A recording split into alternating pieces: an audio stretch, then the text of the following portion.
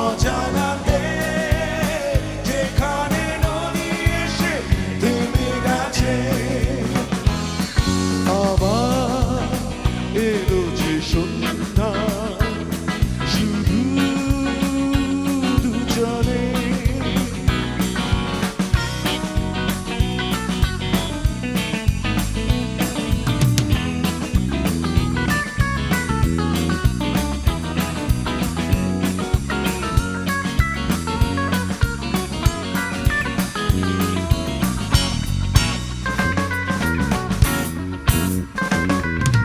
ঝাউবনে হাওয়াগুলো খেলছে